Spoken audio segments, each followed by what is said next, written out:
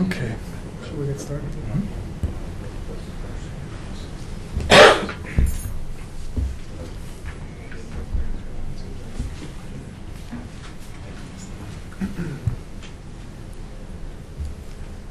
Okay, I think we'll get started. There was a few latecomers, but we've got a full program ahead of us and a little reception waiting for us outside afterwards. So I'd like to make sure we conclude on time. Christian Osterman, director of the Woodrow Wilson Center's History and Public Policy Program, and it's my great pleasure to welcome you to the Wilson Center. Many of you are familiar with the center and the History and Public Policy Program, but since this event is being broadcast, webcast live, as well as broadcast over VOA and a couple of other stations, let me just say a couple of words about the center and this program, and then turn it over to our three speakers. The Wilson Center is the official memorial to Woodrow Wilson, the 28th President of the United States. As both a distinguished scholar, the only American president with a PhD, and a national leader, Wilson felt strongly that the scholar and the policymaker were engaged in a common enterprise, as he used to say. Here at the center, we commemorate Wilson's ideals and concerns by providing a link between the world of ideas and the world of policy, by fostering research, study, discussion, and collaboration among a full spectrum of individuals concerned with policy and scholarship in national and world affairs. Directed by former Congressman Lee Hamilton, who of course is currently co-chairing the Iraq Study Group, which is meeting upstairs. The center hosts about 150 scholars annually and organizes over 400 meetings on international and national affairs. The center's History and Public Policy Program seeks to provide historical context to current public policy issues and a forum for the discussion of new, significant, relevant historical findings and publications, such as At the Dawn of the Cold War by Professor Jamil Hassan-Lee, which we're going to talk about today.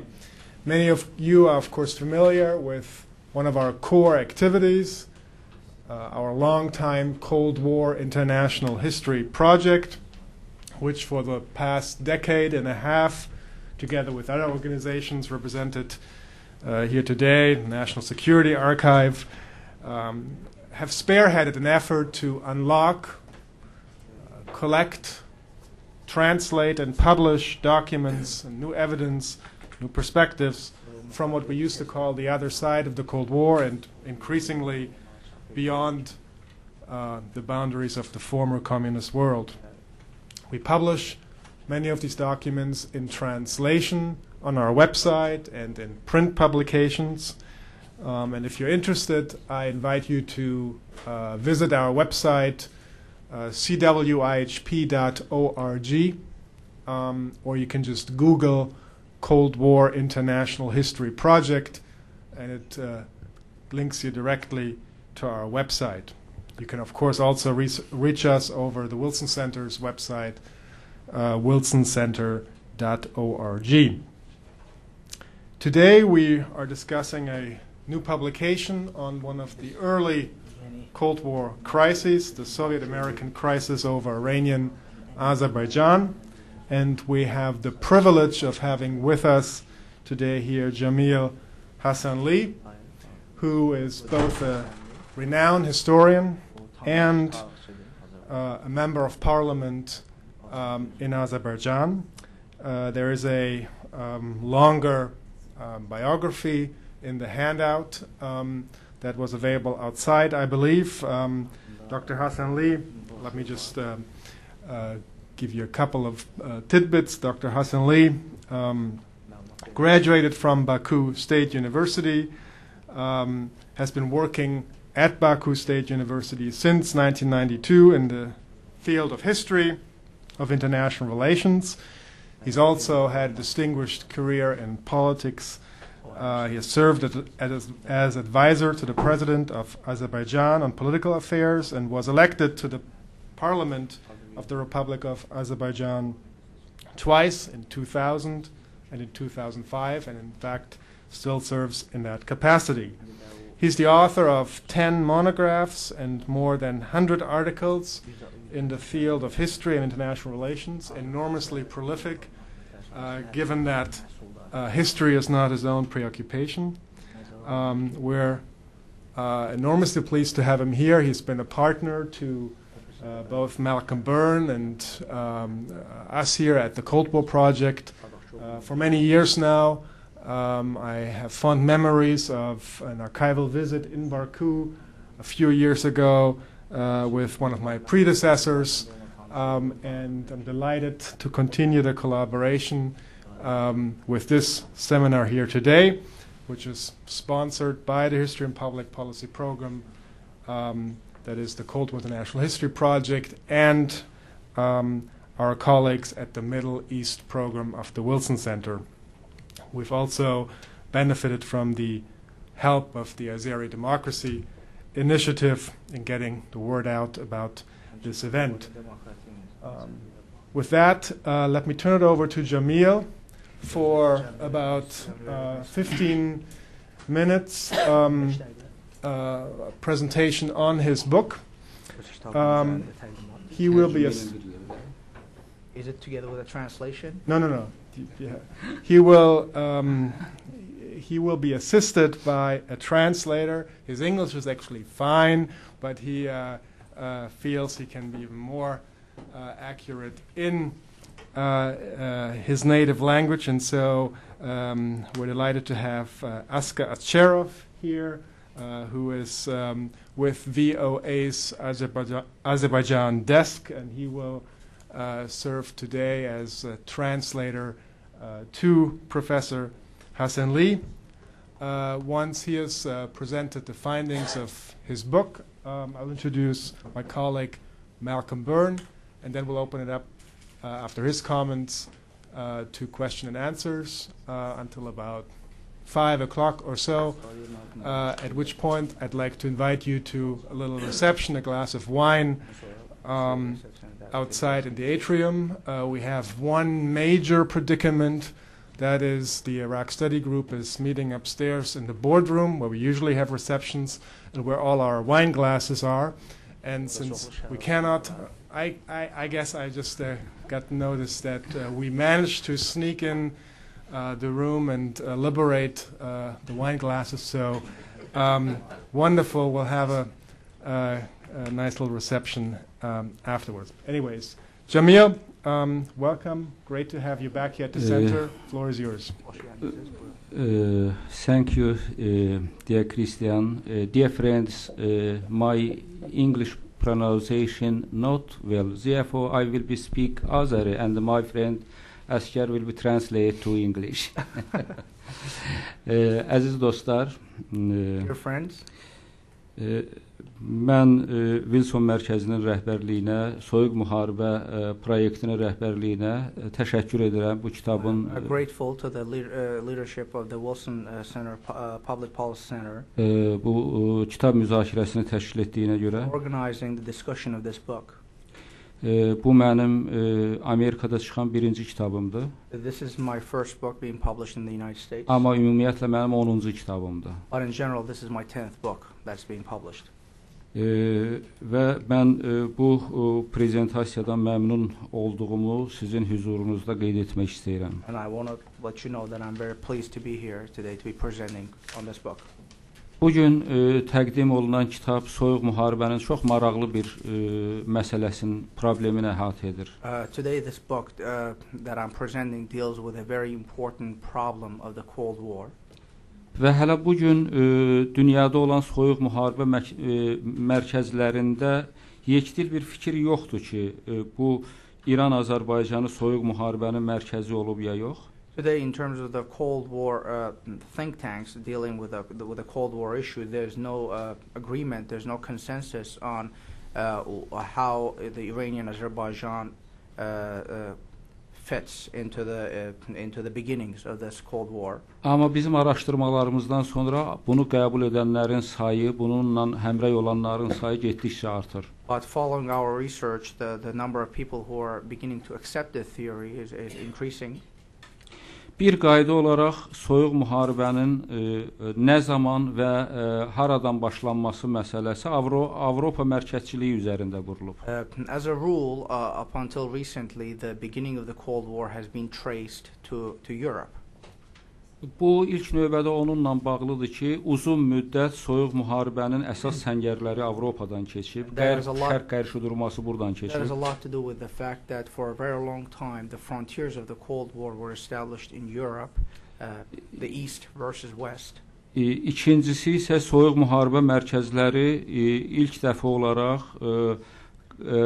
Avropa ölkələrində, Amerikada və son dövrlərdə də Rusiyada yaranıb.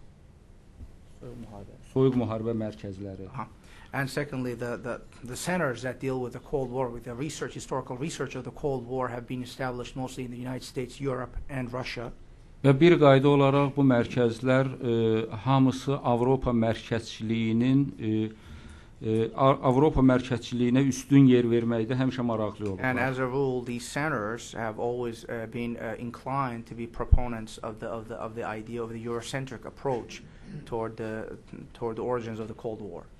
Amma mən tam əminliklə belə yüksək səviyyəli bir auditoriyada deyə bilərəm ki, soyuq müharibənin başlanğıcı şərqdən oldu.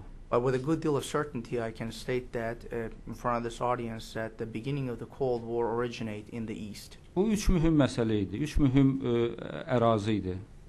This dealt with three main territories. Bunun birincisi Çinin Doğu Türkistan deyilən Sincan əyaləti idi.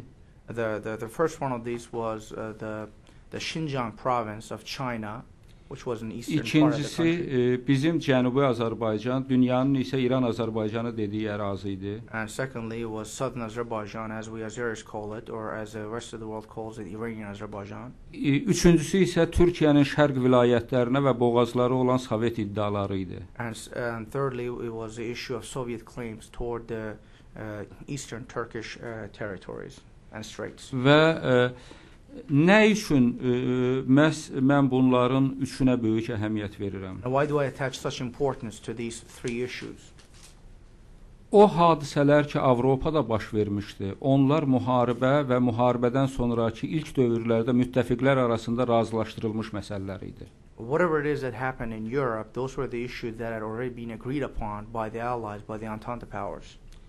Bu və ya digər dərəcədə həm Tehranda, Yaltada, Potsdamda və eyni zamanda bu iki tərəfli görüşlərdə Avropada nüfuz dairəsi müəyyənləşmişdi.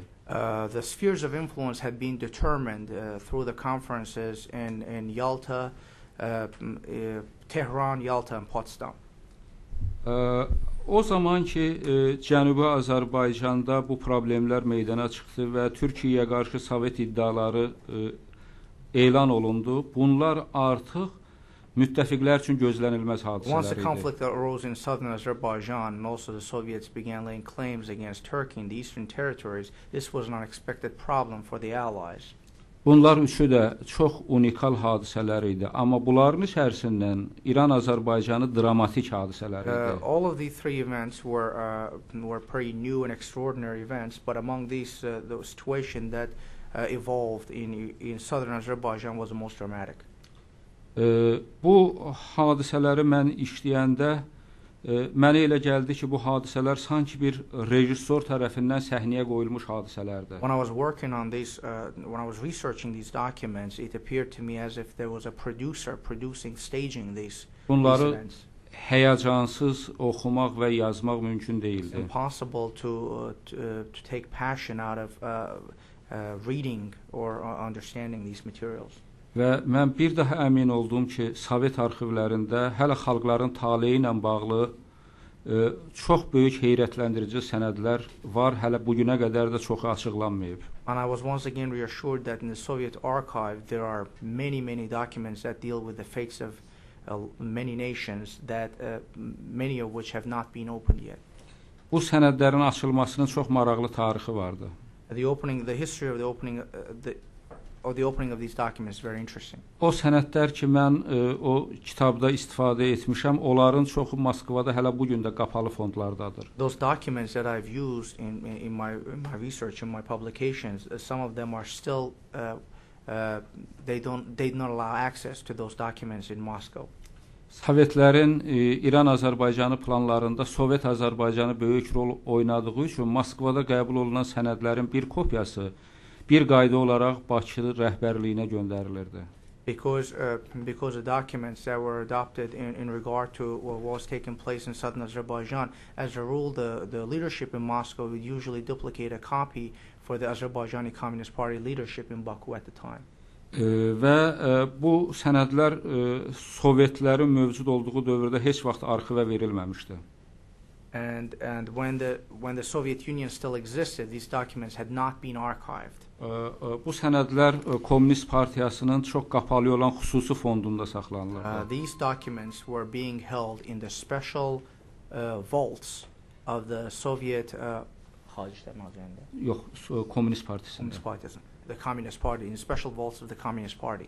Amma Sovetlər o qədər sürətlə dağıldı ki, but the Soviet Union collapsed so rapidly. O dağılmanın gedişində olan eyforik dalğada bu xüsusi şöbədə olan sənədlərin də hamısını binanın həyətinə tökmüşdülər, dəyərsiz bir sənədlər kimi. In the euphoria of the destruction, in the aftermath of the immediate destruction of the Soviet Union, many of these documents were put aside in the yard of the Communist Party headquarters. Çox yaxşı ki, kiminsə ağlına gəlir ki, arxivə zəng eləmək lazımdır. Bəlkə bu sənədlər onlara lazımdır. And thank God that somebody had the idea to call the archives and said they might need these documents. Və bununla biz tarixin son dərəcə bu sənədlərlə tarixin son dərəcə unikal bir səhifəsinə səyahət edə bildik. And this has allowed us to take a journey through the very unique stages, instances of history. Bu sənədlərin arxasında insanların taleyi dayanırdı. Behind these documents there are many lives. Bilirsiniz, bu araşdırma ilə mən bir neçə məsələyə aydınlıq gətirməyə başlamışam. I want to clarify I've begun to clarify certain issues along with this research. Bu gün mənim düşüncəmə görə soyuq müharibənin ən öyrənilməmiş və diqqətdən kənarda qalan sahəsi soyuq müharibədə milli maraqlar məsələsidir. I think one of the issues that has not been learned in the study of the Cold War, the neglected issue is the issue of nationalities. Yəni bir qayda olaraq böyük elmi mərkəzlər daha böyük işlərlə məşğul olduğundan, soyuq müharibənin daha böyük problemləri ilə məşğul olduğundan bu tarix üçün kiçik görünən milli maraqlar kölgədə qalmışdı. Because many Cold War centers deal with greater issues, presumed to be dealing with greater issues, policy issues. Often the question of national interest and nationalities have been there's been oversight on these questions. Sovet rəhbərliyi İran-Azərbaycanı məsələsinə müdaxilə edəndə heç vaxt o fikirdə deyildi ki, tarixin ədalətsizliyi ucbatından ayrı düşmüş Azərbaycan xalqını birləşdirsin. Bunlar when the Soviet government intervened in Iran, it didn't presume that it was trying to undo the injustice that had been done to a people by having been divided into two parts. Stalin üçün bu və Molotov üçün bu problem Sovetlərin ərazisini genişləndirmək, ekspansiya və neft maraqlarını təmin etmək üzərində qurulmuşdu. For people like Stalin and Molotov, this was an issue of expansion of the Soviet influence and also the issue of oil. İngilis və Amerikanlar üçün bu kommunist təhlükəsi kimi qəbul edilirdi. For the British and the Americans, this was a communist threat. Və onlar həmişə bu hərəkatı kommunizmin kölgəsində görürdülər. And they always saw these events, this movement, in the shadow of the communist expansion of communism. Amma Azərbaycanlılar üçün bu tamam fərqli bir məsələ idi. But for Azerbaijan, this was a completely different issue. Onlar üçün tale məsələsi idi. This was a matter of fate. 39-cu ildə Qərbi Ukrayna və Qərbi Belarusiya deməli Polşa məğlub olandan sonra müvafiq qaydada Belarusiya və Ukrayna Sovet Respublikalarına birləşdirilmişdi. Following the defeat of Poland in 1939, Western Ukraine and Western Belarus were annexed by the Soviet Union, attached to the respective Soviet republics. Və bu nümunəyə uyğun olaraq 41-ci ildə İran-Azərbaycanı məsələsi də həll edilməli idi. And according to this principle, in 41-ci ilin. 1941, the issue of Azerbaijani question had also been solved in such a manner. Sizin üçün aydın olmaq üçün mən deməliyəm ki, Azərbaycan 1804-13-cü il Rus-İran müharibəsinin nəticəsi kimi iki yerə parçalandı. Let me go back a little bit and state that, for your information, that in Azerbaijan, the people of Azerbaijan were divided into two as a result of the treaty signed between Russia and Iran in 1804-1805. Azərbaycan rəhbərliyi, kommunist rəhbərliyi düşünürdü ki, Qərbi Belarusiya, Qərbi Ukrayna məsələsi necə həll olunubsa, Azərbaycan məsələsi də elə həll olunmalıdır. The Communist Party leadership of Azerbaijan believed that just as the question of Western Ukraine and Western Belarus had been solved previously, the question of Azerbaijan, the unification of Azerbaijan, was also going to be solved in a similar manner. Və bu məqsədlə 4000-ə yaxın adam hazırlanmışdı oraya göndərilməyə. And for this purpose, 4,000 people, individuals, had been prepared for this mission. Bunların böyük əksəriyyəti ziyalılardan, yazıcı, şair, qəzetəçi və müxtəlif dövlət orqanlarının işçiləri idi. A great majority of these individuals consisted of intellectuals, writers, and other state. Çox maraqlıdır ki, bunların yazışmalarına baxanda bunlar özlərin orada xarici kimi hiss etmirdilər. When you look at their correspondence of these people, of these 4,000 people that were sent to there, they did not feel like foreigners in southern Azerbaijan.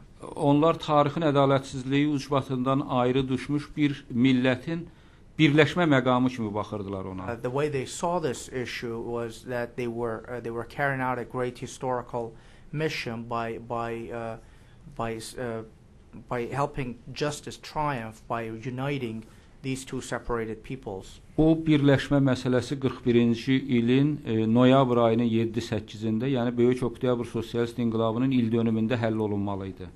This unification had to be solved by the November 7th, the October Revolution anniversary 1941. Amma həmin zaman Sovet-Alman cəbhəsində vəziyyət çox ağırlaşdığından və Alman qoşunları Moskvanın yaxınlığına gəlib çatdığından Sovetlər üçün bu məsələ arxa plana keçdi. But because by then the German troops had advanced to the environs of Moscow and the situation on the front was very acute, for the Soviets the issue became they put the issue in the back burner. Sovetlər bir də bu məsələ 44-cü ilin payızında qayıtdı. And Soviets returned to this issue in the fall of 1944. İstər Amerikada, istər Qərbdə və Rusiyada bir sıra tədqiqatçılar var ki, onlar deməli Sovetlərin burada daha çox neft maraqlarının olduğunu yazırlar və güya ərazi tələbləri neft maraqlarını təmin etməkdən ötürü irəli sürülmüşdür. Both in America and Russia and also in Europe, the scholars advanced the theory that the Soviet actions had a lot to do with oil, and the territorial expansion was directly tied to their desire to gain access to more oil. Mən bunlarla razı deyiləm. I don't agree with this. Sovetlərin burada həm ərazi ekspansiya maraqları var idi, həm neft maraqları var idi. The Soviets had here both territorial expansion in mind and also oil, access to oil. Və bunun hər ikisini həyata keçirtmək istəyirdilər. And they were planning to carry out both of these missions. Ona görə Cənubi Azərbaycanda 45-ci ilin yayından etibarən bu hadisələr başladı. Therefore, beginning in the summer of 1945, these events unfolded. Sovet siyasi bürosunda gizli qərarlar qəbul edildi separatist hərəkatı təşkil etməkdən ötürü. The Soviet Politburo made secret decisions about the organization of separatist movement. Amma mən sizə əmin edirəm ki, bu hərəkatın iştirakçılarının o qərardan xəbəri yox idi. But I can assure you that the participants of the movement in southern Azerbaijan had no awareness of those decisions. Onları daha çox İran daxilində dillərinin qadağan edilməsi, mədəniyyətlərinin qadağan edilməsi düşündürürdü və bu baxımdan onlar azadlıq istəyirdilər. The participants of the movement, the separatist movement in southern Azerbaijan, for them this was a matter of freedom and liberty, the ability to express themselves, to have schools in their own languages, and to have their culture. Hətta onlar görürdülər ki, sərhəd çayı olan Arazın o tayında traktor işləyir, amma onlar hələ deyək atla, öküzlə yer şumlayırlar. Also, it was a matter of technological development. They could see that on the other side of the Araxes River, the Azerbaijanis in the north were using tractors to plow their fields, when on the southern side of the river they were still using oxes and plows. Sovyetlər şübhəsiz ki, bu hərəkatı müdafiə edirdi. The Soviets doubtlessly supported this movement. Bunlara həm maddi, mənəvi, diplomatik yardım göstərirdi. They gave them financial, material and diplomatic assistance. Amma eyni şeyi Sovetlər Türkiyənin şərqində də istəyirdi. Orada təşkil edə bilmədilər bunu. They wanted to do the same thing. Soviets wanted to carry out the same thing in eastern Turkey, but they could not organize this. Ona görə orada Cənubi Azərbaycanda baza var idi. Because the reason for the failure, because unlike in eastern Turkey, in the southern Azerbaijan, in the north of Iran, there was actually a basis for this. Hərəkatın nüvəsin, bu hərəkatın mənbəyin Cənubi Azərbaycanın özündə axtarmaq lazımdır. To find the nucleus of this movement, one needs to look at southern Azerbaijan itself. O dövrdə dövlət katibi James Birnis Tehrandakı səfir Mörrəyə yazırdı ki, back then the state secretary James Burness wrote to the ambassador in Iran.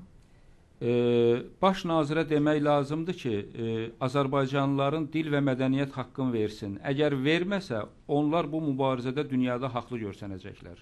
He wrote to the ambassador Murray telling him that you got to tell the prime minister that he needs to secure, provide for Azerbaijani their right to their basic linguistic rights and their cultural rights. Otherwise, they are going to look on the right side of this conflict. Və həmin dövrdə də bu gün də İran rəhbərliyi bunu verməyə hazır deyil. And back then, just as it is now, the Iranian leadership was not ready to provide for this freedom.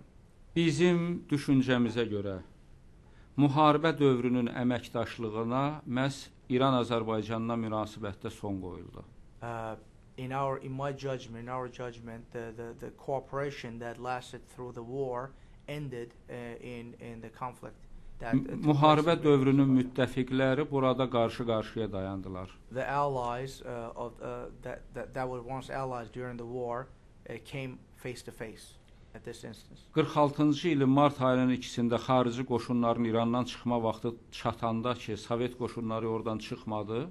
When on March 2nd, 1946, when the Soviet troops were supposed to withdraw from southern Azerbaijan, they did not do so. Bu dünyada bir bomba kimi partladı. This had an explosive effect in the world. Stalin bəhanə gətirirdi ki, Bakı neft mədənləri bizim iqtisadiyyatımızın bərpası üçün yeganə neft mənbələridir və bu İran sərhədləri bura yaxındır. Biz onun təhlükəsizliyini təmin etməkdən ötürü qoşunlarımızı burada hələ müəyyən müddət saxlayacağıq. One of Stalin's arguments was that the Baku oil fields were so important or crucial to Soviet interests, and the fact that the Iranian border line was so close to Baku, the Soviets had a need to maintain true presence in southern Azerbaijan as a buffer. Amma bu ictimai fikrin üçün idi. Əslində belə deyildi. But this was mostly public opinion ruse. Həmin günlər İranın baş naziri Qəvam Əs-Səltənə Moskvada bazı səfərdə idi. At that time, the Iranian Prime Minister Qavam was in Moscow.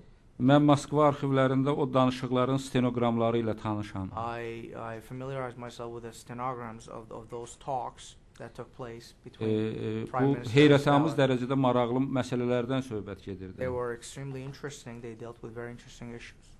Və Stalin təklif elədi ki, siz şahı devirin, İranı respublika elan edin və bizim nə qədər ki bizim qoşunlarımız oradadır, özünüz də prezident seçilin. Stalin suggested to the Prime Minister that while we're there, why don't you declare, overthrow the monarchy, the king, declare Iran a republic, and become a prime minister? And we have troops there ready at hand. İlk danışıqlarda Stalin və Molotovla danışıqlarda Qavam buna razılıq verdi. The first talks with Stalin and Molotov, Qavam agreed to this. Amma 2 gün sonra o Molotovla olan danışıqlarda tədricən bundan çəkinməyə başladı. 2 days later, after in the talks with Molotov, Qavam began to backtrack. O Molotovdan xahiş etdi ki, İranlı tərcüməsinin iştirakı ilə Stalinin yanında olan danışıqlara toxunulmasın. And he asked Molotov that in the presence of the Iranian interpreter, they should not touch on this subject. Bu danışıqlar barədə Molotovun bir hesabatı var Stalinə ki, Qavam bizə verdiyi sözdən qaçır. And in fact, I read a statement by Molotov in which a directive in which Molotov wrote to Stalin that Qavam is backtracking on our previous conversations. O reportun üstünə Stalin qara karandaşla böyük hərflərlə yazıb Svoloch. And on the report, Stalin wrote with big black marker, scoundrel. Çox tarixçilər belə hesab eləyirlər ki, Qavam getdi Moskvaya və Stalini aldatdı. Some people think that Qavam went to Moscow and he fooled Stalin. Bu tamamilə belə deyil. This is not so at all. Qavam Moskvadan tam əli boş qayıtdı. Qavam came back from Moscow empty-handed. 3 məsələnin heç birisində, Sovet qoşunlarının çıxarılması, Azərbaycan məsələsi və neft məsələsində heç bir razılıq olmadı. None of the three issues an agreement was reached on in terms of withdrawal from Azerbaijan of the Soviet troops, the oil and üçüncü məsələ nə idi? Neft, Sovet qoşunlarının çıxması, neft, Azərbaycan. And oil and the withdrawal of the Soviet troops. Amma maraqlıdır ki, o qayıdandan sonra Tehrana Şaha bir hesabat verdi, Amerika səfirinə isə ayrı hesabat But it's verdi. interesting that once he came back to Iran, he gave one report to the Shah, yet he gave another report to the ambassador, the American ambassador. Yəni Qavamın ağlının itiliyi onda idi ki, o dünya siyasətində baş verən dəyişikliyi artıq anlamışdı və Sovetlərlə müqayisədə Amerikanın önə keçməsinin fərqində idi. The sharpness of Qavam was in that he was understanding what was taking place in the Cold War, and he was interested in America getting ahead of the Soviet Union in this beginning stages of the Cold War. Əslində Qavam ilk danışıqlarda Azərbaycana muxtariyyət verilməsinə tərəfdar idi. Actually, in the first talks, Qavam was supportive of the idea of giving autonomy to Azerbaijanis.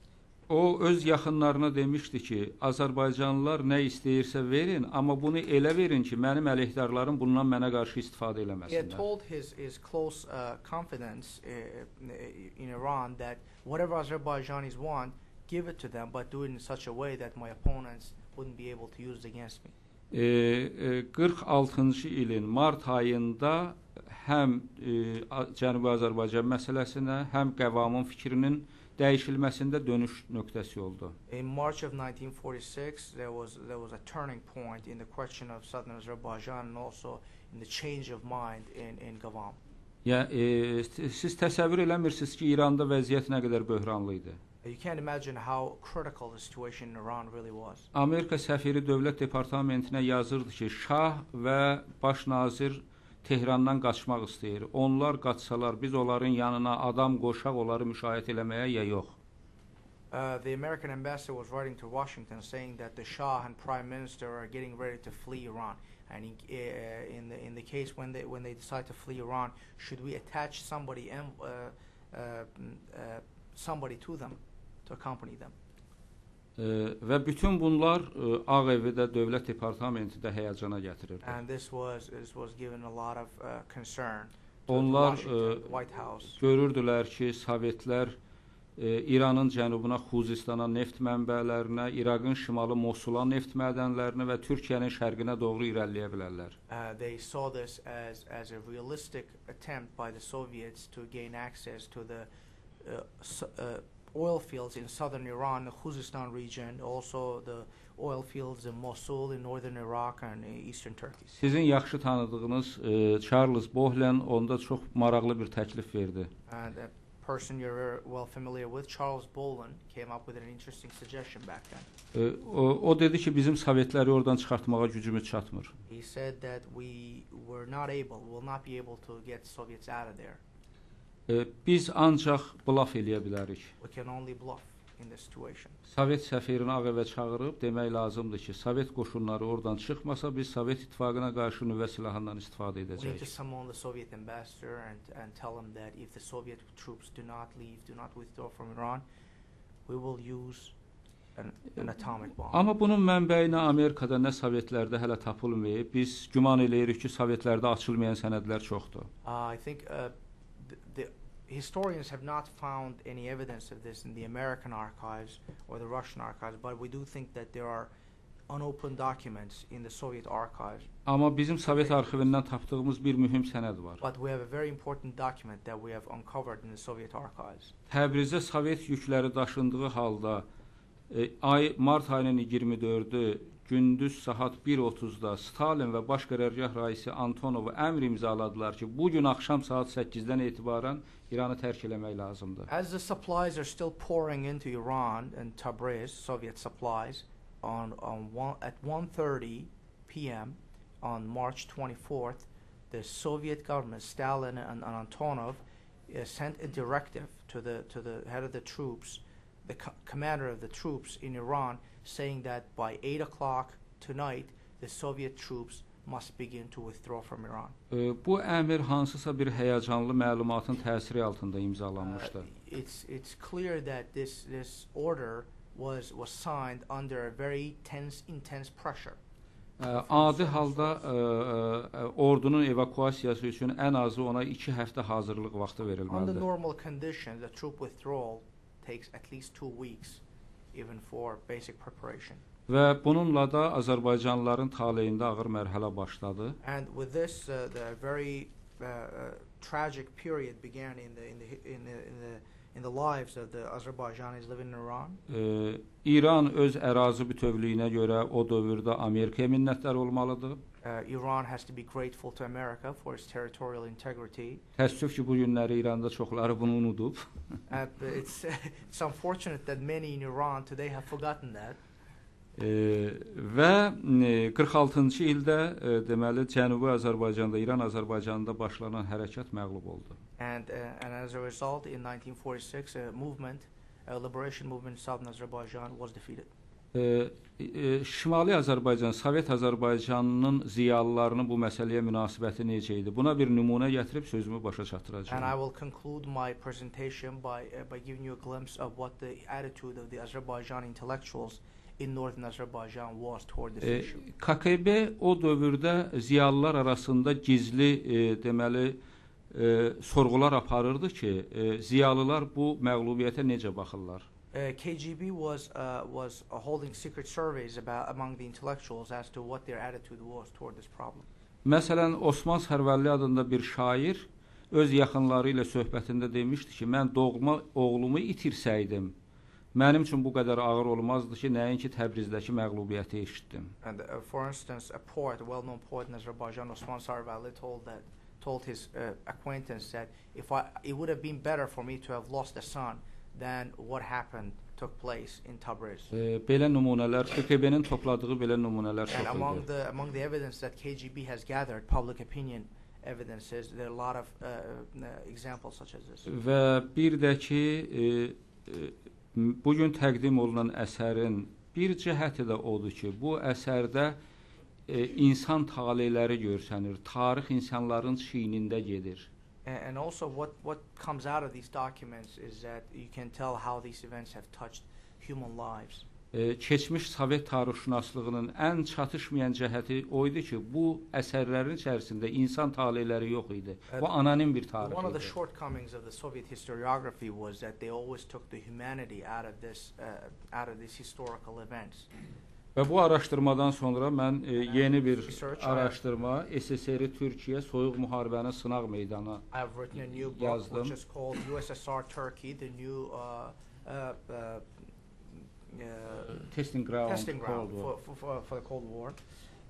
Bu bütöv Sovet, Moskva, Azərbaycan, Gürcüstan, Ermənistan sənədləri əsasında yazılmış kitabdır. And this is a book that's based on the documents obtained in Russia, Armenia, Georgia, and Azerbaijan archives. Hal-hazırda bunun ingiliscəyə tərcüməsi başa çatır və ümidliyəm ki, Translating this into English. bizim dostlarımız onun I'm burada hopeful that our friends will help us çapın in getting this yardımcı book published. olacaqlar. Təşəkkür edirəm. Thank you very much.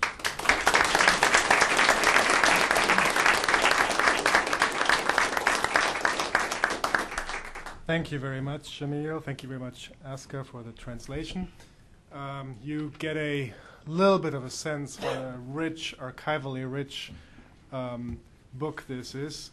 A theme, I hope, the commentator today will strike as well. To my very left here, Malcolm Byrne, Deputy Director of the National Security Archive and Director of Research at the National Security Archive, a non-governmental research institute based at George Washington University, a primary repository for U.S. government documents obtained through the Freedom of Information Act. And if you're interested in this subject and other subjects on U.S. foreign policy, I highly recommend to visit the archive and the archive's website, which you can also easily Google. Malcolm, well, these titles really do not quite capture Malcolm's role in the field of Cold War studies. I should say in many ways he's sort of a gray eminence. Not too gray. Not too gray yet, but eminence who is involved in behind the scenes in many of the Cold War projects and adventures that we have been engaged in over the last decade and a half. He's also, like Jamil, enormously prolific. Aside from his management duties, he's also published a number of document readers and has edited, of course, the famous Iran-Contra scandal chronology. He is the co-editor of several Cold War document readers published by Central European University Press, most recently a document reader on the Warsaw Pact, as well as a document reader on the 1956 Hungarian Revolution, and I believe next one on the Solidarity Crisis in 1980-81 in Poland is in production. He is also the co-editor of a prize-winning book, a collection of articles on the 1953 coup in Iran and Mossadegh. And I'm delighted to say, most recently, he's been a public policy scholar here at the Woodrow Wilson Center, working on international history of the Iran-Contra affair. And it's wonderful to have you back, Malcolm, and the floor is yours. Okay. Well, that was overly generous, Christian. I appreciate it, and I'm grateful for the chance to be here and to congratulate Jamil on this book. I'm going to try to be extremely quick because we'd like to have some time for discussion, I'm sure. I have 4 reasons why you should all buy this book. They're fairly fundamental and might seem obvious. The first is that this was a crucial event in the Cold War, as you all know by virtue of your presence here. This was a turning point in many ways that I don't think I need to explain at this point. But Jamil takes on a number of the most important questions that relate to this crisis, and he provides answers for them. You know, it's one thing to try to ask the questions, but then he answers them and provides a very sometimes provocative interpretation of some of these. And I'd include in that the description of the crisis as the point of origin for the Cold War. I think I might have a little bit of a discussion with you about that, Jamil. I would see it more as a crucial step in the process of the development of the Cold War, but not necessarily the originating point. Certainly one of the first open points of conflict between the superpowers. Well, what are some of these questions that Jamil asks and answers? We know them to some extent because of what Jamil has just said. What were Soviet intentions? Again, this is Jamil's answer is going to be the subject of some discussion, I think. There are a couple of other authors who have written on this subject, though none of them nearly in as much depth or detail as Jamil has, but others have offered answers to this question in the form of security interests of the Soviets, oil certainly, compensation for losses in World War II, and also status as a great power. These are offered up by Natalia Yegorova and Vladimir Pechatnov from Moscow, for example, and also Fernanda Scheid, who did her PhD dissertation at Yale on this subject. Related question, would the Soviets have been satisfied with an oil concession, or did they want to annex, as Jamil calls it, southern Azerbaijan? Another contentious issue, and I think Jamil goes into a lot of subtle detail about this in his treatment of it. What was the nature of Soviet support for the autonomy movement in Azerbaijan? Those of you who have read earlier accounts from the American side and from the Western side will find a lot more richness of detail and nuance in Jamil's response to this. But the bottom line is that there was no question that the Soviets were a major supporter. I mean, the phenomenal detail about what kinds of support, how many agents, something like 800 agents who made their way down into the region, what kinds of infrastructure the Soviets were able to build in a matter of 6 months, extraordinary achievement. No question that they played a major, major role. However, as Jamil points out, it is also crucial to understand that the autonomy movement was an indigenous movement.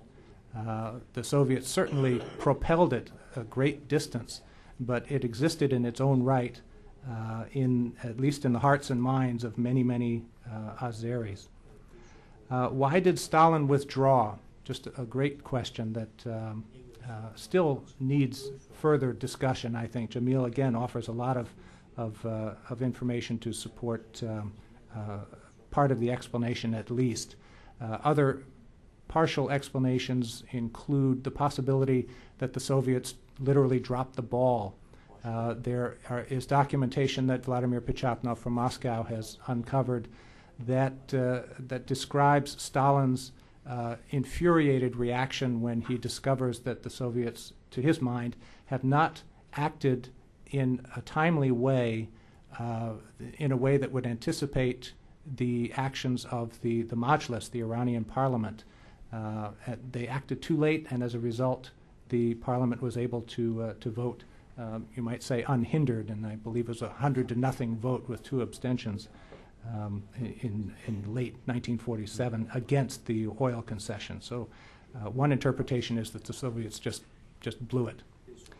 What effect did the United States have on the resolution of this crisis? Again, if you look at American accounts, you will understandably get the sense that Truman and his curled fist approach was critical to this resolution. And I don't disagree with that, but I wonder about other influences, including the influence of Prime Minister Kavam. And Jamil has strong opinions about that, and I yield to his far better access to sources and understanding of the issues. But there are arguments out there that Kavam was a lot more wily than might appear, and that even if he came home empty-handed, that one might interpret that as something of a victory when your opponent is Stalin and the Soviet Union. Second reason why you should buy this book, as Christian alluded to, is the quality of the sources. It's just phenomenal when you look at the footnotes and see what Jamil has been able to accomplish. Not just Azeri sources and Russian sources, but Iranian sources, Turkish sources. He's mined British and American documents. He's read through all the memoir and secondary accounts, all of the local newspaper accounts at the time from Moscow, from London, from Baku and Tehran. It's really tremendous. Third reason is the particular perspective that Jamil brings, which I would say just very simply is an Azeri perspective. This is something that the rest of us who are on this side of the ocean, I'll say, or outside the immediate region, have been sorely lacking, particularly on this issue. But of course, this is also a big issue in the broader study of the Cold War. The importance of getting perspectives of objective analysts from the regions who can provide a level of nuance and a quality of information and insights into issues and personalities that those outside the region simply are incapable of providing. That leads to the fourth and final reason, which is that this book, as you've gotten a sense of from Jamil's talk, goes well beyond a study of the Cold War. It's called At the Dawn of the Cold War, but it is also very much a study of the issues and events that were taking place on the ground in Azerbaijan and neighboring regions. And so you get such a richness of attention to issues that we'd have to think a little bit about to even realize were in play. The dynamics between Moscow and Baku, for example, between Stalin, Molotov, and the others in Moscow, and Bagirov, Mir Jafar Bagirov, the first secretary in Baku. Relations between not just Moscow and Iran, but Baku and Tehran. Relations not on an official level, but among populations, the populations of northern and southern Azerbaijan, if you will, and those areas, and Iran. And personal relationships as well, as I mentioned, the Soviet and the Azeri leadership, but also between, say, Bagirov and Peshawari, who was the erstwhile leader of the democratic movement in Azerbaijan, who, as you'll read, it was a tragic figure in some ways because he and his group seemed to be the ones who were most earnestly interested in some higher moral purpose. Now, that's my own interpretation, of course, but to see what I think is just a truly cold attitude on the part not just of Stalin but also of Bagirov in dispatching this entire movement with almost the wave of a hand when it became inconvenient for the Soviets and for Bagirov, who served Moscow. Although it's very interesting to see how much of a free hand he had in determining the unfolding of events in Azerbaijan in this period. It's another fascinating aspect of this level of study that Jamil has been able to provide, is to see how the Soviets were not simply a deus ex machina. They very much relied on local figures and gave, I think, astonishing amounts of autonomy in carrying out their tasks. So those are my reasons. I think what it amounts to is really the best of what we might call the new Cold War history in terms of not only in-depth and varied study of the sources on the Cold War, but transcending the Cold War and explaining in a very lucid and instructive way the interactions between the local and the global issues at hand. Thank you very much, Malcolm. I failed to mention that Malcolm is also the director of the Iran project at the National Security Archive, which, in addition to his other positions, explains, and I think his expertise on the subject, and I think added very usefully a perspective to this panel. Now, we have a little bit of time for questions and comments. If you could please identify yourself before you speak and wait for the microphone, since we are webcasting live, and otherwise your contributions will get lost. Yep. Yes, my name's Joel Hetker. I'm a retired government. In light of the failure of Kuchi Khan in Enzeli and Rasht in the early 1920s, why did Stalin think that this would work? And then I guess my other question would be the Mahabad government, Barzani, that was also a failure. How closely was that tied to the one in Tabriz?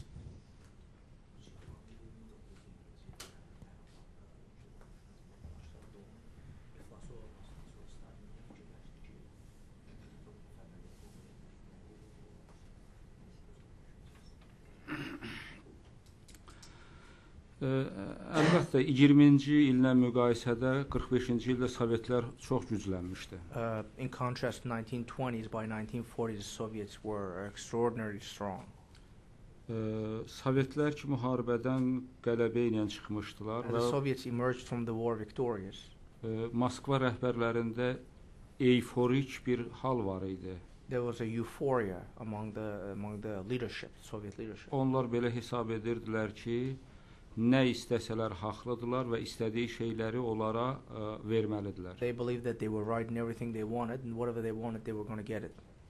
Və müharibədən sonra Stalinin siyasətində bir qəribəlik yaranmışdı And ki, after the war, there was certain strangeness to Stalin's policies. o deyirdi ki, əgər mənlə dost olmaq istəyirsənsə, mənə nə isə verməlisən. Stalin's idea was that if you want to be friends with me, you have to give me something. Bu həm Türkiyəyə münasibətdə belə idi, həm İrana münasibətdə, həm də Çinə münasibətdə belə idi. This approach was seen in its dealings with Turkey, or with Iran, and also with China. Maraqlıdır ki, Sovet Azərbaycanının rəhbərliyi və İran Azərbaycanının rəhbəri Pişəvəri və Bagirov Mahabat Kürd Respublikasının yaranmasının əleyhinə idilər. It's interesting that the head of the Azerbaijani Communist Party, Bagirov, and also the head of the Iranian Azerbaijani movement, Peshawari, were against the creation of a Kurdish republic in Iran. Amma 46-cı ilin yanvarında direktiv gəldi ki, bu yaranmalıdır. But in January of 1946, a directive came down from Moscow that this republic has to be created. Və Sovet Azərbaycanından bir sıra adamlar da orada iştirak elədilər. And certain individuals representing Soviet Azerbaijan took part. Mahabat Respublikası ilə Pişəvərinin rəhbərlik elədiyi Azərbaycan Respublikası arasında yaxşı münasibətlər qurmağa çalışırdılar. They were trying to create good relationship between the government of Southern Azerbaijan, Peshawari administration, and the Mahabat government. Və 46-cı ilin dekabrında bu hərəkatlar məğlub olanda hər ikisinin rəhbərləri və hərəkətə rəğbət bəsləyənlərin çoxu Sovet Azərbaycanına gəldi. In December of 1946, when the movement was defeated, both the representatives of both these governments migrated to Azerbaijan Republic. O cümlədən Molla Mustafa Bərzaninin rəhbərlik etdiyi 2000 Kürd fədaisi. And also 2000 Kurdish fighters under Mustafa Barzani came to Azerbaijan. Təsəvvür eləmirsiniz ki, Stalin həmin dövrdə Sovet İttifaqı Teleqraf Agentliyinin müxbiri kimi orada olan, amma əslində Sovet əks kəşfiyyatının rəhbəri Pavel Sudaplatova nə göstəriş verdi? You can't imagine what kind of order was given by Stalin to the head of the Soviet Information Agency, but in fact the head of the counterintelligence operations of Soviet Union in Iran. Pavel Sudaplatov. Pavel Sudaplatov was his name. O Sovet KGB-sinin rəhbəri Abakumova tapşırdı ki, he told Abakumov, who was the head of the Soviet KGB, Sudaplatova desin ki, to tell Sudaplatov heç bir halda Bərzaninin dəstəsi ilə Bağırov arasında əlaqə yaratmağa imkan vermək lazımdır. Under no condition should they allow a certain connection to be established between Barzani's fighters and Bagirov. Bağırov onlardan İranda Bağırov onlardan öz məqsədləri üçün İranda destabilizasiya yaratmaq üçün istifadə etmək istəyir. Because he said Bagirov wants to use those Kurdish fighters to destabilize the situation in Iran. Amma onlar bizə daha böyük işlərə görə lazımdır. But we need them for bigger works. Hətta onları Azərbaycandan Özbəkistana köçürdülər. And they even moved them from Azerbaijan to Uzbekistan. Molla Mustafa Bərzani başda olmaqla başçıların hamısını Moskvada Ali Partiya məktəbində oxutdular. With the leadership, including the leader Molla Mustafa Barzani, those leaders were educated in Moscow party schools. 58-ci ildə İraqda Əbdülkərim Qasimi devrəndə həmin dəstələri göndərdilər İrana. In 1958, when Abdul Karim Qasim was overthrown in Iraq, they sent those formations to Baghdad. O zaman Sovet KGB'sinin rəhbəri Shelepin'in bir planı var idi. The head of the Soviet KGB, Shelepin, had a plan back then. Irak'ı ləğv etmək, He wanted to liquidate Iraq, onun şimalında Kürt dövləti yaratmaq, create a Kurdish state in the north, qalan hissəsini isə Birləşmiş Ərəb Respublikası arasında bölmək. Yəni Suriyə ilə Misir ki, bir dövlətdə idi. and to divide the rest between Syria and Egypt, as under the United Arab Republic. Amma bunu həyata keçirdə bilmədilər. But they couldn't carry this out. Yes, we'll go in the back there. And then Hi, my name is Habib Azarsinan. The reason I'm here today is because I'm an ethnic Azerbaijani from Iran. I was born and raised in the city of Urmia, which is capital of West Azerbaijan province. And I'm grateful to Dr. Jamil Hassanli for writing this book. I'm also grateful to Woodrow Wilson International Center for helping in this matter. I also would like to encourage all the audience to follow issues of Iran and Azerbaijan.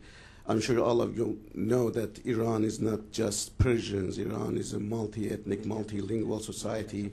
Azerbaijanis are the second largest, if not the largest ethnic group. And believe me, if there was a true census, Azerbaijanis would come out to be the largest ethnic group. And I grew up in Urmia about 10 years after this movement had collapsed, and I felt to core of my bone this policy of cultural genocide against Azerbaijanis in Iran, and I still do today. They forced me to learn a language which I did not have a clue. I'm almost 50 years now, and I still cannot forget the days that I was forced to abandon my own ethnic heritage to become what the Pahlavi dynasty wanted me to become. Anything Azerbaijani was bad, anything Persian was good. That's how they tried to persuade us to believe. But I'm sorry for that I became so emotional. But don't forget, the May demonstrations in all Azerbaijani cities in Iran was the turning point. That was the new phase of Azerbaijani movement in Iran, which truly made it a massive movement because there were thousands and thousands of people on the streets in all Azerbaijani cities, Tabriz, Urmia, Zanjan, Ardabil, all of them. And the bazaar closed. That's the center of economy in Iranian cities. That's what makes it the turning point, that this has become a massive movement. The cultural genocide will stop. Iranian Azerbaijanis will gain their ethnic rights. Thank you for your listening. we'll go. Why don't we take a couple more questions and then give Dr. Hassanli and Malcolm Byrne an opportunity to respond. Michael Binder. Thank you. Michael Binder, Department of the Air Force. Did the supporters of autonomy operate from a weak position? The army that was in southern Azerbaijan was not the Azeri army, it was the Red Army. And so you were essentially asking the Azeris to go from one country in which they were visitors, you might say, into not an independent Azerbaijan, but a Soviet republic, which wasn't independent. So what was going to be the benefit of them to go from one dependency to another? Thank you. Any other questions at the moment? Yep. There's one more here. Next. Shafak Mehralieva, Azertaj News. Dr. Hassanli, thank you very much for your book. I'm a recent graduate from the School of International Affairs, and you can find in all the textbooks half a page or a page about these issues, and I'm sure this would be a very valuable addition to this library. My question is, as a historian, how do you see the implication of your book to today's events in Iran? What do you think is happening there? What kind of lessons should we learn from this? Thank you. Good question. Thank you. And Jamil? Təşəkkür edirəm. Mən birinci məsələyə toxunmaq istəyirəm. Touch on the first issue that question that was brought up. Bilirsiniz, Azərbaycanda 18-ci ildə qurulan ilk demokratik respublikanın rəhbərlərindən biri Məmməd Əmin Rəsulzadə Türkiyəyə mühacirət etmişdi. One of the founders of the Azerbaijani Democratic Republic in 1918, Muhammad Amin Rasulzadeh, was exiled to Turkey. 46-cı ildə Türkiyədə olan mühacirlərdən biri o xəstəxanada yatırdı. Gəldi onu təbrik eləməyə ki, Sovet qoşunları İrandan çıxır. One of the people came in 1946 to congratulate him, who was exiled by the Soviets in Turkey. He was lying in his hospital bed. One of the people came to him and said they congratulated him on the withdrawal of the Soviet troops from southern Azerbaijan. O cavab verdi ki, buna sevinmək lazım deyil, buna ağlamaq lazımdır. And he said, one should not be gladdened by these events. One should cry because of what's happening. O hesab eləyirdi ki, Sovetlər gec-tez dağılacaq və Rasulzadeh believed that sooner or later the Soviet order would collapse. Və o zaman əgər Azərbaycan birləşsəydi, Sovetlər dağılanda Azərbaycan onun içərisindən böyük birləşmiş bir Azərbaycan kimi çıxacaq. Rasulzadeh in his heart believed that the Soviet Union would eventually collapse, and once Soviet Union collapsed, the united Azerbaijan would emerge as a strong power in the region. Mən sizin bu fikrinizlə də razı deyiləm ki, oradakı əskərlər Rus əskərləri idi. And I also disagree with your idea that the soldiers that were stationed in southern Azerbaijan were Russian soldiers. Orada neçə nəfər Rus əskərinin olması barədə mənim çox dəqiq məlumatım var. I have an accurate information of how many Russian soldiers were there. Təlimatçılar və əskəri təlim verənlər, onlar deməli Sovet zabitləri idi, amma milliyyətçi Azərbaycanlı idilər, Sovet Azərbaycanından idilər. Instructors in the army were Soviet citizens, but were Soviet Azerbaijanis. Qalan ordu hissəsi hamısı cənubluların özlərindən ibarət idi. But the rest of the army formation, the soldiers itself, were composed of southern Azerbaijanis themselves. Amma nə Amerikanlar, nə İngilislər inanmırdılar ki, bunlar cənublulardır. But neither the British nor the Americans believed that these are actually the southerners, that are Azerbaijani themselves. Onlar həmişə belə hesab eləyirdilər ki, bunlar cənubluların paltarını geymiş ruslardılar. They always thought that these are the Russians who are dressed up as the southern Azerbaijanis. Sovetlər oradan çıxanda tək çıxmadılar. Verdikləri silahı, hərbi texnikanı da götürüb çıxdılar. When the Soviets withdrew from that region, they didn't just leave, they also took the armaments with them. Və bu da ona görə pişəvəri Sovet rəhbərləri ilə danışıqlarda o ilk lider idi ki, Stalini çox kəskin tənqid etdi. He was the first leader who criticized sharply Stalin when in his first negotiations with. Və Sovet rəhbərinə nümayəndəsinə dedi ki, ged rəhbərinizə deyin ki, o çox vicdansız adamdır. And he told the Soviet delegation in Tabriz, go tell your leaders that he's a scoundrel. Və bu ona çox baha başa gəldi. And that cost him. Bugünkü hadisələrə münasibətdə as for the pertinence of these events, historical events, to what's going on today, mənim yanaşmam necədir? This is my attitude. Dil insanların, xalqın özəl Allahdan gələn haqlarından biridir. The language is a basic God-given right of every people.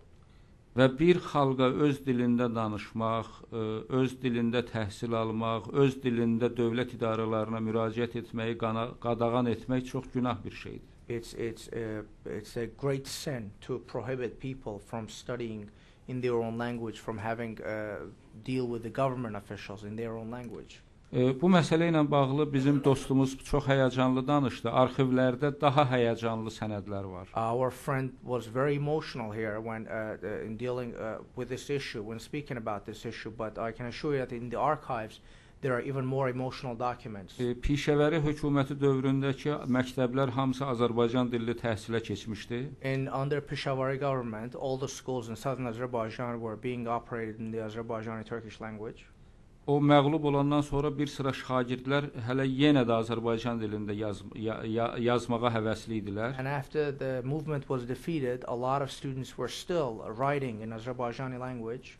O şagirdlər ki, Azərbaycanca yazırdılar, Tehrandan gələn müəllimlər onları məcbur elədilər ki, Azərbaycanca yazdığı kağızları yesinlər.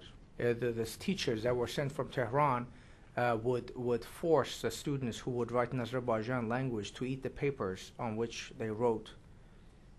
Bu yəni bir münasibətin göstəricisi idi. This is a sign of an attitude by the Iranian government toward Və Azerbaijanis. bu gün əlbəttə bu ilin may ayında olan hadisələr bir daha göstərdi ki, Cənubi Azərbaycanda böyük potensial var. What happened in this year in southern Azerbaijan, in case some of the audience may not know, May 20th, there were huge demonstrations that took place in the city of Tabriz, Urmia, throughout southern Azerbaijan, protesting a cartoon in a journal called Iran that depicted Azerbaijanis as cockroaches, and there was a massive movement, riots, which lasted several days. 15 il əvvəl bu İran Azərbaycandan olanların 95%-i özlərini İranlı hesab edirdilər. 15 years ago, a lot of these people, some of them considered themselves Iranians. Amma bu günləri özün Azərbaycanlı türk hesab edənlərin faizi 25-dən yuxarıdır. But today, those who consider themselves Azerbaijanis and Turks in Iran are more than 25%. Bu mütərəqqi tarixi bir prosesdir. This is a very good development of events. Biz müstəqil Azərbaycandan olanlar əlbəttə onların dil və mədəniyyət haqqının verilməsini istəyirik. We from the northern Azerbaijan want that their rights, linguistic and cultural rights, are secured. Amma o dil haqqını Afrikada kimə vermirlərsə, ya Hindiçində kimə vermirlərsə, biz onu da istəyirik, onlara da verilsin. Yəni bu ümumbəşəri bir haqqdır.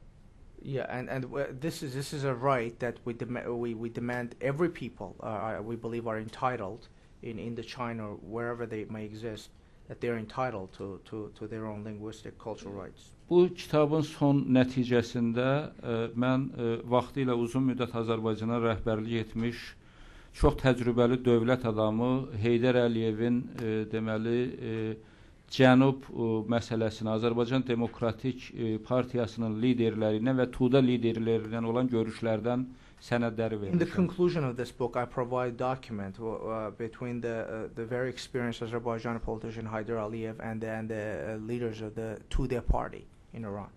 Və o dövrdə o gedən prosesləri ümumiləşdirərək qeyd edirdi ki, İran gec-tez federal dövlət olacaq. And back then he was stating in those talks that Iran sooner or later will become a federal state. Və Azərbaycanlılar bu federalizmə hazır And olmalıdırlar. Azerbaijanis have to be ready for this federalism. Mən indiki halda bunu mümkün hesab edirəm. And I consider this a possibility at this point. Thank you very much. I'd like to, at this point, conclude the discussion here, but not without thanking my assistant Ryan Gage in the back, who has been helpful in putting this event together and making sure we have a little bit of wine and food outside to continue the conversation. But most importantly, I'd like to thank and ask you to give a hand of applause to our panelists, Dr. Hassan Lee, Malcolm Byrne, and also thanks to our translator, Asker Cherov. Thanks a lot. Please join us outside.